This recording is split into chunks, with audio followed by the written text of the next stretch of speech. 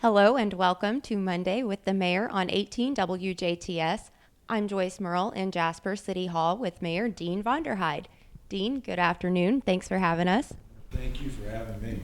Absolutely. We always enjoy coming to Jasper City Hall. And today we're going to talk about a resolution passed on a food and beverage tax this morning. Right. The City Council this morning met in a special session to address a food and beverage tax of 1% that we'd like to take to the legislature. So it was a resolution. There's nothing in effect at this point in time, but just saying that we would support that in the long run if a referendum was passed in the fall saying that we needed to move forward with the indoor wellness and recreation center. The indoor wellness and recreation center is not something we're sitting on a pile of money to be able to finance and get done. So in order to do that, a referendum would be required in order to raise property taxes to bring that kind of an asset to the community. That would be a community vote. It's not something that we're going to force on anyone. So what the food and beverage tax would do, it would be applied to the city of Jasper for any food beverages consumed within our municipal boundaries, and it would offset any payment, not all payment, but a payment of property tax in the fall. So it could reduce the property tax impact on such a building.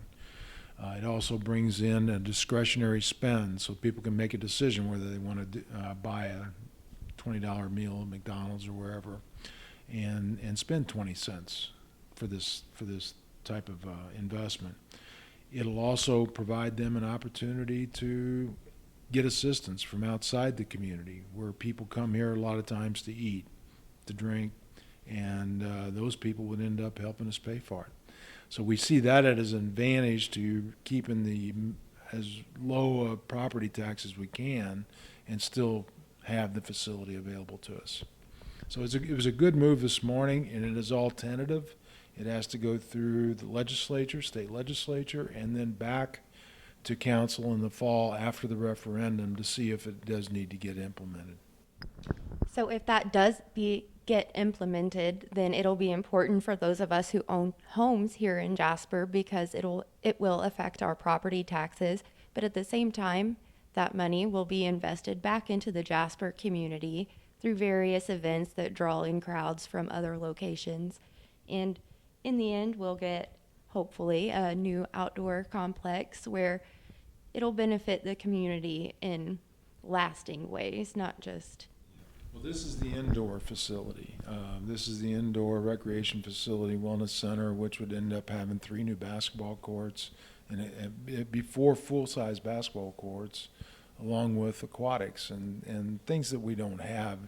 So during the months of November through March, it's always a big issue around here. What do you do?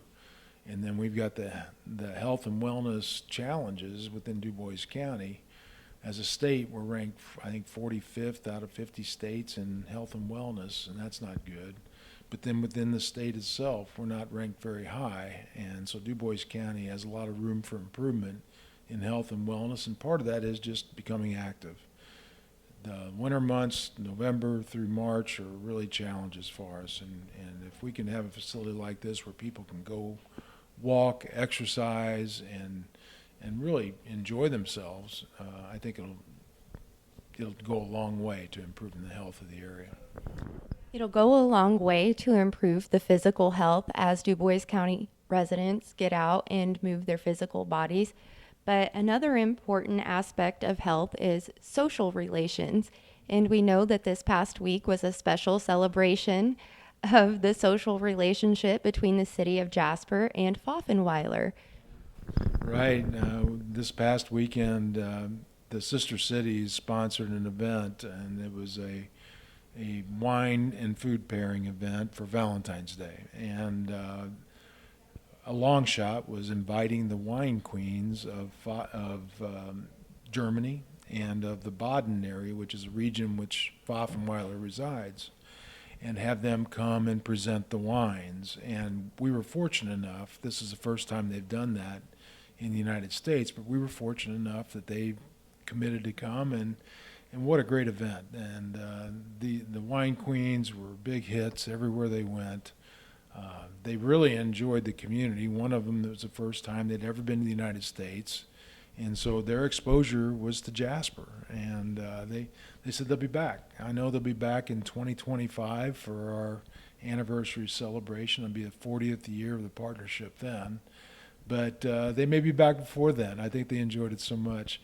And then we were also surprised Friday morning at our partnership commission meeting when Lucas Myler and his assistant Diana showed up at our meeting.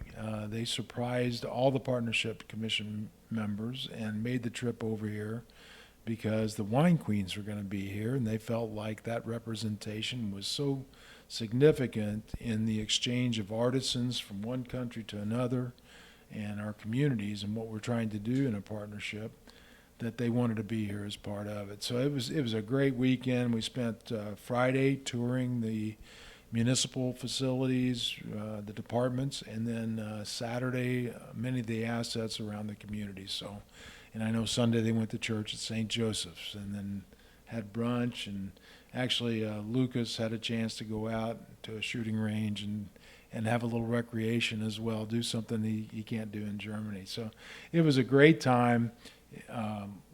Just wonderful praise to the community for rolling out the red carpet to them. I know they do to us. Anytime somebody from the area is in Pfaffenweiler, they'll treat you like royalty. And I think we certainly did this past weekend and really enjoyed having them. So we look forward to another visit sometime in the future. Absolutely. I know we certainly enjoyed having them in the studios at DC Broadcasting. We did a radio special with the Wine Queens, and I had the chance to interview Deanna for Monday with the mayor's assistant, and we truly enjoyed having them.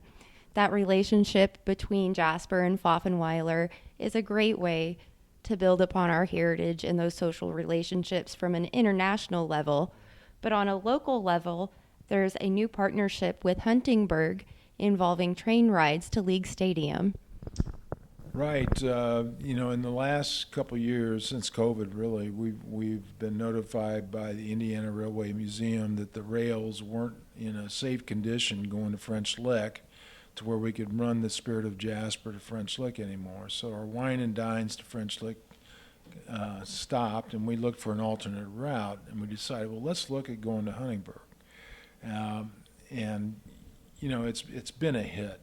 It's a diverse environment that you're going through with the swamp. I refer to it as a swamp, but it's the biodiversity is unbelievable, and so it's a great ride.